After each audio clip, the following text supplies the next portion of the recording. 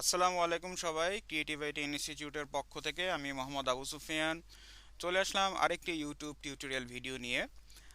আজকে আমরা যে জিনিসটা নিয়ে আলোচনা করব সেটা হচ্ছে আমাদের ওয়েবসাইটে কন্টেন্ট কিভাবে লক করা যায়। সো আমার টপিকে যাওয়ার আগে আমাদের যে ইউটিউব চ্যানেলটা আছে, আমি সবাইকে রিকোয়েস্ট করব আমাদের ইউটিউব চ্যানেলটা সবাই যারা সাবস্ক্রাইব করে রাখছেন তাদেরকে ধন্যবাদ। যারা এখনও সাবস্ক্রাইব করেন নাই আমাদের ইউটিউব চ্যানেলটা অবশ্যই সাবস্ক্রাইব করে রাখবেন। তো আমি আমার টপিকে চলে যাই। তো আজকে যেটা আমরা নিয়ে আলোচনা করব সেটা হচ্ছে how to lock contents in a website. তো কন্টেন্ট লকিং, এখানে দুইটা পার্ট, একটা হচ্ছে আমাদের কন্টেন্ট এবং লকিং। সো কন্টেন্ট বলতে যেটা বোঝানো হচ্ছে আমার ওয়েবসাইটে যে আর্টিকেলটা থাকে, আমার ওয়েবসাইটে যে ইমেজ থাকে বা যে ভিডিও থাকে, সব কিছু মিলেই কিন্তু আমার কন্টেন্টটা হয়। এখন এই যে কন্টেন্টটা যেটা আমার ওয়েবসাইটে থাকতেছে, সেই কন্টেন্টের কিন্তু একটা কন্ট্রিবিউশন আছে আমার ওয়েবসাইটটাকে র্যাঙ্কিং করার ক্ষেত্রে। এই কন্টেন্টের কিন্তু একটা বেশ ভালো রোল আছে। এই কন্টেন্ট আমার যত ইউনিক হবে, এই কন্টেন্টে আমার এসইও ফ্যাক্টরগুলো যত ভালোভাবে আমি ইমপ্লিমেন্ট করতে পারবো, আমার র্যাঙ্কিং কিন্তু অটোমেটিক বেড়ে যাবে। তো এই কন্টেন্টটা আমি চেষ্টা থাকবে আমরা যারা এসইও করি সবসময় এটাকে যতটা ইউনিক করা যায়, এটাকে যতটা হাই কোয়ালিটি করা যায়, সেটা সবসময় আমাদের পক্ষ থেকে চেষ্টা থাকে। এবং যে কোনো ওয়েবসাইট, সেটা অ্যাফিলিয়েট বলেন বা অ্যাডসেন্স বলেন, যে কোনো ওয়েবসাইটে তার মূল কিন্তু কন্টেন্ট, এই কন্টেন্টটার মাধ্যমেই সে কিন্তু বেশ ভালো একটা পজিশন ক্রিয়েট করতে পারে। আর লক হচ্ছে যে লক করে দেওয়া, এই কন্টেন্টটাকে আমরা কি করতেছি, লক করে দিচ্ছি। দ্যাট মিনস কেউ যেন আমাদের এই কন্টেন্টটা কপি পেস্ট করতে না পারে, কেউ যেন আমাদের কন্টেন্টটা আমাদের ওয়েবসাইট থেকে কপি করে তার ওয়েবসাইটে বসাইতে না পারে, সেটাকে আমরা এখানে বলতেছি locking. So ultimately, content locking is a technique used by site owners to prohibit others from copying any contents of their website. তো আমি যদি একটা এক্সাম্পল দেখাই, আমি গুগলে এসে ধরেন বেস্ট ফিশিং রড লিখে আমি সার্চ করলাম এবং আমার এখানে যে রেজাল্টগুলো আসলো, আমি টপ রেজাল্টে গেলাম, the best fishing rods and reels for every guys budget. So এই যে এফিলিয়েট কন্টেন্টটা এখন আমার সামনে চলে আসলো, এখানে আমাদের মূল যে জিনিসটা যেটা আমাদের রিডারদের চোখে আসে সেটা কিন্তু তার আর্টিকেলটা। হ্যাঁ, এখানে আপনার ইমেজও আছে, ভিডিও আছে, বাট মূলত আমার আর্টিকেলটাই কিন্তু আমাদের নজরে আসে, যে সে এখানে কি টেক্সট লিখছে, আমাদেরকে সে কোন আইটেমগুলো সাজেস্ট করতেছে, তার প্রস কি, তার কনস কি, হ্যাঁ, তার কোনো ড্রব্যাক আছে কিনা। মানে এই আর্টিকেলগুলো থেকেই কিন্তু আমরা জিনিসটা ভালো মতো বুঝতে পারি যে এখানে কোনো ধরনের ওই সমস্যা আছে কিনা বা এটা আমার জন্য বেস্ট চয়েস হবে কিনা। সো আলটিমেটলি আমরা যখন কোনো অ্যাফিলিয়েট ওয়েবসাইট বা অ্যাডসেন্স ওয়েবসাইটের জন্য কাজ করব, তখন কিন্তু কন্টেন্টের দিকে আমাদের খুব ভালো একটা নজর দিতে হয়। এবং এই কন্টেন্টটা আপনার যত ইউনিক হবে, আপনার র্যাঙ্কিংয়ের পসিবিলিটিও কিন্তু তত বেশি হবে। সো এই কন্টেন্টে আমরা কিভাবে লক করতে পারি সেটাই আমরা মূলত আজকের টিউটোরিয়াল ভিডিওতে দেখব। নেক্সট যে ফ্যাক্টরটা আমরা ডিসকাস করতে পারি সেটা হচ্ছে যে কেন আমরা ওয়েবসাইট কন্টেন্টটা লক করব। একটু আগেই যেটা বললাম, যে গুগল কিন্তু আপনার কন্টেন্টটা যদি ইউনিক হয় তো সে কিন্তু বেশ ভালো আপনাকে একটা রিমার্কস দিবে। সেটা তো একটা কারণ, বাট আরও দুইটা কারণ আমরা কনসিডার করতে পারি। যেমন একটা হচ্ছে improve SEO and SERP ranking, এবং আরেকটা হচ্ছে স্টপ কন্টেন্ট থেফট। সো দুইটা আমরা ফ্যাক্টর কনসিডার করতে পারি যে কেন আমাদের ওয়েবসাইটের কন্টেন্টটা আসলে প্রোটেক্ট করা দরকার। প্রথম যে রিজনটা সেটা হচ্ছে যে আমাদের improve SEO and SERP ranking. তো আমাদের যে ওয়েবসাইটের, আমরা যা সবাই জানি যে আমাদের সার্চ ইঞ্জিন অপটিমাইজ করতে হলে কিছু কন্ট্রিবিউশন, কিছু ফ্যাক্টর আছে, সেগুলো আমাদের মাথায় রাখতে হয়।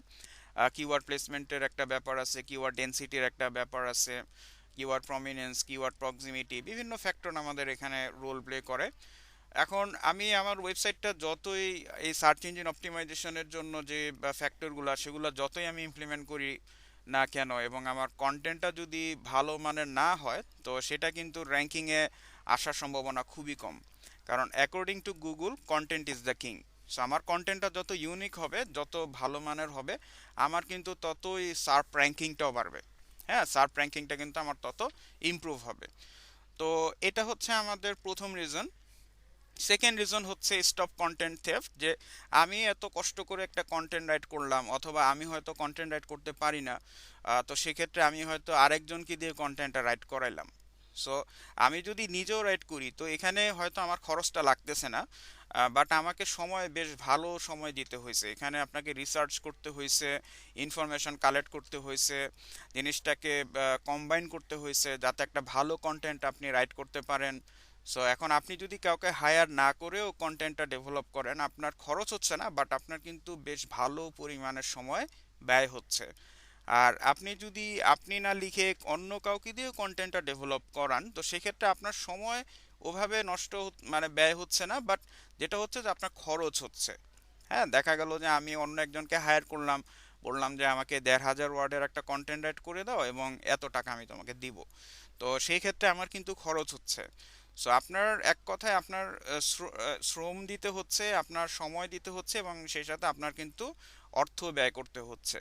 তো যে কন্টেন্টটা আমি এত কষ্ট করে রাইট করলাম অথবা আমি কাউকে দিয়ে টাকা পয়সা খরচ করে রাইট করলাম, সেটা যদি কেউ এই ধরনের কপি করে তার ওয়েবসাইটে ১৯-২০ চেঞ্জ করে যদি বসায়, দেখা গেল যে ফুল চেঞ্জ করলো না, বাট বেশ ভালো অংশই রাখলো আর কিছু অংশ সে চেঞ্জ করে নিল, তো সেক্ষেত্রে মানে জিনিসটা কিন্তু আমার পক্ষ থেকে যেটা শ্রমটা বা যে টাকাটা আমি খরচ করলাম, সেটা কিন্তু বৃথা হয়ে যাচ্ছে।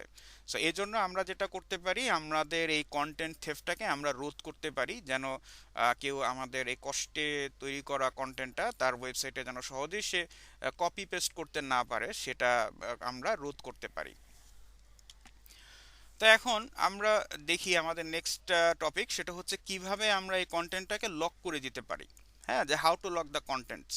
আমাদের কন্টেন্ট লক করার জন্য দুই ধরনের মেথড আছে, আপনি যে কোনো একটা ফলো করতে পারেন। একটা হচ্ছে আমাদের কোডস ইউজ করার মাধ্যমে আমরা আমাদের ওয়েবসাইটের কন্টেন্টকে লক করে দিতে পারি। আরেকটা মেথড হচ্ছে আমরা প্লাগইন ইউজ করার মাধ্যমে আমাদের ওয়েবসাইটের কন্টেন্টটাকে লক করে দিতে পারি। সো ইদার ওয়ে আপনি কিন্তু আপনার যে গোল সেটা হচ্ছে যে কন্টেন্টকে লক করা, সেটা অ্যাচিভ করতে পারেন, হয় এটা কোড ইউজ করার মাধ্যমে অথবা এটা প্লাগ ইন ইউজ করার মাধ্যমে। সো দুইটার যে কোনো একটা আপনি ইউটিলাইজ করতে পারেন। সো কোড ইউজ করার মাধ্যমে যদি করতে হয়, তো এখানে আমাদের একটা কোড আছে, এই যে কোডটা, এই কোডটা আমাদেরকে বসাইতে হবে কোথায়, আমাদেরকে বসাইতে হবে আমাদের ওয়ার্ডপ্রেসের কাস্টমাইজের অ্যাডিশনাল সিএসএস। ওয়ার্ডপ্রেসের কাস্টমাইজের অ্যাডিশনাল সিএসএস এ এই কোডটা আমাদের বসাইতে হবে। তো সেই ক্ষেত্রে আমি আমার ওয়েবসাইটের ব্যাকএন্ডে আসলাম। আচ্ছা, আমি একটা কন্টেন্টে যাই, যেমন এটা হচ্ছে আমার ওয়েবসাইট। হ্যাঁ, সো আমি এখানে কিন্তু সিলেক্ট করতে পারতেছি কন্টেন্টগুলা, সিলেক্ট করে কপি করে আমি এটা খুব সহজে কিন্তু পেস্ট করতে পারতেছি, খুব ইজি। সো এখন আমি যেটা করব, আমি এই জিনিসটাকে স্টপ করে দেব যাতে কেউ আমার ওয়েবসাইটের কোনো কন্টেন্ট কপি করতে না পারে। তো সেক্ষেত্রে আমি আমার ব্যাকএন্ডে আসলাম। ব্যাকএন্ডে এসে আমার অ্যাপিয়ারেন্সের কাস্টমাইজে যাই। কাস্টমাইজে গিয়ে এখানে দেখেন অ্যাডিশনাল সিএসএস একটা অংশ আছে, আপনি অ্যাডিশনাল সিএসএস এ আসেন এবং যে কোডটা আমরা দেখলাম এই কোডটা আমাদেরকে কপি করতে হবে। আমরা কপি করে এটা পাবলিশ করে দেই। ওকে, এটা আমাদের পাবলিশ হয়ে গেছে। এখন আমি এটা একটু রিলোড দেই। সো রিলোড দিয়ে এখন দেখেন আমি কিন্তু এটা সিলেক্ট করতে পারতেছি না, এটা কিন্তু আমার এখন সিলেক্ট হচ্ছে না। ঠিক আছে, সিলেক্ট হচ্ছে না। আমি যদি একটা কন্টেন্টের ভিতরে যাই, আমি যদি একটা মানি কন্টেন্টের ভিতরে যাই, কোনোটাই কিন্তু সিলেক্ট হচ্ছে না, এখন সিলেক্টই হচ্ছে না। সো আমি কপি করবোটা কিভাবে? হ্যাঁ, তো আমি কিন্তু এভাবে একটা কোড প্লেস করার মাধ্যমে জিনিসটাকে মানে কপি পেস্টের যে ব্যাপারটা সেটাকে আমি প্রিভেন্ট করতে পারি। এটা হচ্ছে একটা মেথড। আর একটা মেথড আছে, সেটা হচ্ছে প্লাগ ইন ইউজ করার মাধ্যমে। সো প্লাগ ইন ইউজ করার মাধ্যমে আপনি যদি করেন তো সেই ক্ষেত্রে আর কোড প্লেসমেন্টের কোনো দরকার নেই। সো আমি এটাকে রিমুভ করে দিচ্ছি, এটাকে পাবলিশ করে দিই। পাবলিশ হয়ে গেছে। এখন আমি এটাকে একটা রিলোড দেই। ওকে, রিলোড দিলাম। দেখেন এখন কিন্তু আবার ঠিকই সিলেক্ট হচ্ছে। চাইলে আমি এটাকে যদি কপি করি, সেই যে দেখেন আমার কিন্তু এটা পেস্ট হয়ে গেছে। সো এখন আমি যেহেতু কোডটা রিমুভ করে দিছি, সো আর জিনিসটা কাজ করতেছে না। সো আমি কোডটা কেন রিমুভ করছি, কারণ এখন আমি আপনাদেরকে সেকেন্ড মেথডটা দেখাবো। সেটা হচ্ছে একটা প্লাগ ইন ইউজ করে আপনি কিভাবে এটা লক করে দিতে পারেন, আপনার ওয়েবসাইটের কন্টেন্টটা আপনি লক করে দিতে পারেন। সো আমি ব্যাকএন্ডে আসলাম। ব্যাকএন্ডে এই যে প্লাগ ইন থেকে আমি অ্যাড নিউতে যাই। সো এখানে আমি টাইপ করব সিকিউর কপি প্রোটেকশন,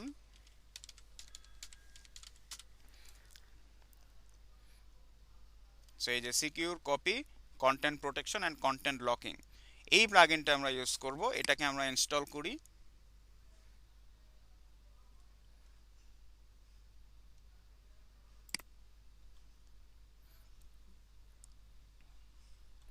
এটা অ্যাক্টিভেট করি।